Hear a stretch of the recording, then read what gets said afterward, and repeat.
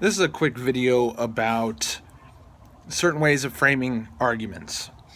Now, I find that I am very frequently characterized by social justice warriors I argue with as upset. Now, that doesn't bother me very much because I'm usually very vicious towards social justice warriors. And a lot of times they consider being vicious or emotional as evidence that you are wrong or irrational, or you don't know what you're talking about, or you're not even thinking about what you're arguing against. You're just acting out of pure emotion, like the Incredible Hulk or some bullshit, that you're not thinking.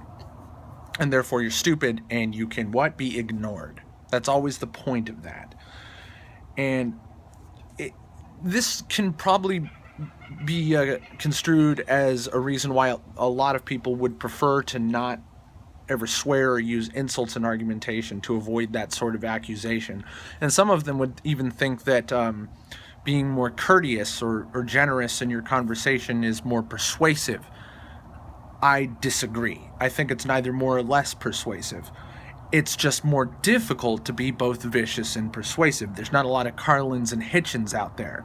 However, that sort of argumentation is becoming more and more popular, and I don't think that the fans of that argumentation style used by people like, say, Crown T, Amazing Atheist, Naked Ape, Atheism is Unstoppable, they don't find them any less persuasive because they can be very vicious and use insults. But I want to talk a little bit about how social justice warriors would use that kind of very discourteous argumentation style, because it ends up always being very different. See, a lot of people think being vicious and insulting is an ad hominem attack, that it's literally not an argument, which is not true.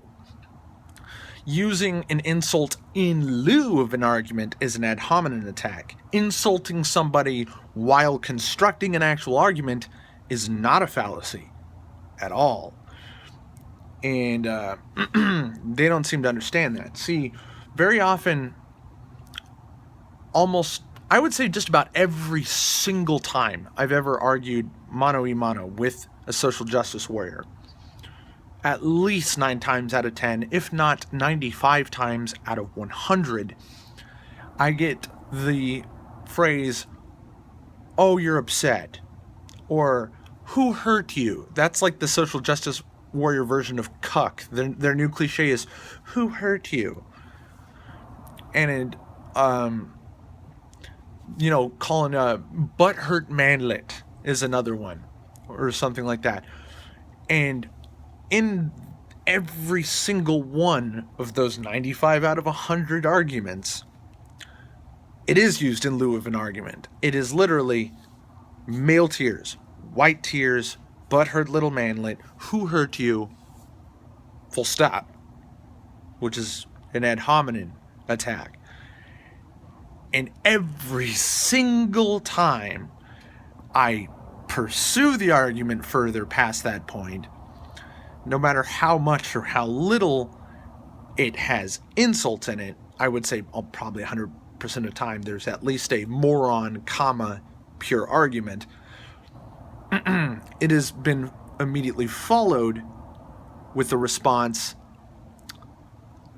"I'm not going to converse with an overly emotional man baby. Goodbye. Good day, sir." 100% of the time. Now, I'm not saying that every feminist I've ever met has not had an argument for me. And in fact, after many of those "good day, sir" little dismissals, I've been able to goad the feminists back into the argument and then actually get them to construct an argument in the fucking first place. So while 95% of the time I get met with "man baby, good day, sir," that does not mean that 95% of the arguments I've had with feminists have only been that. But I don't think it speaks very well of feminists to ever say anything about other people being emotional or use ad hominem attacks when that's exclusively, in my anecdotal opinion, or experience I should say, I've exclusively found that. And I would say postulate a hypothesis as to why that is because feminism is indefensible. Social justice warriors, social justice in general, I should say, is indefensible. It's all built on unfalsifiable arguments. The patriarchy, white supremacy, all undefined, unquantified, unqualified, unmeasurable, utterly meaningless weasel words. It's always, you were white, therefore you were wrong. You are male, therefore you are wrong.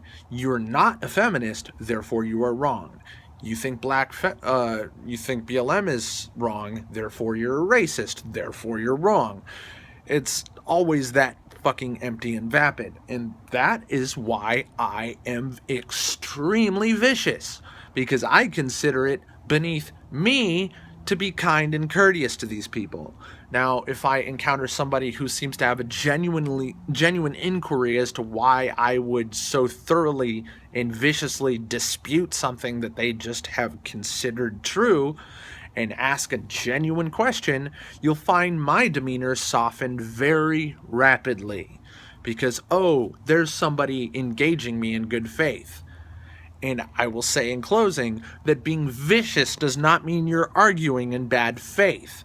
Because if you're being vicious while presenting an argument and countering and responding to your opponent's arguments, whether they are vicious or not, means you're having an argument in good faith, period. Thanks for watching.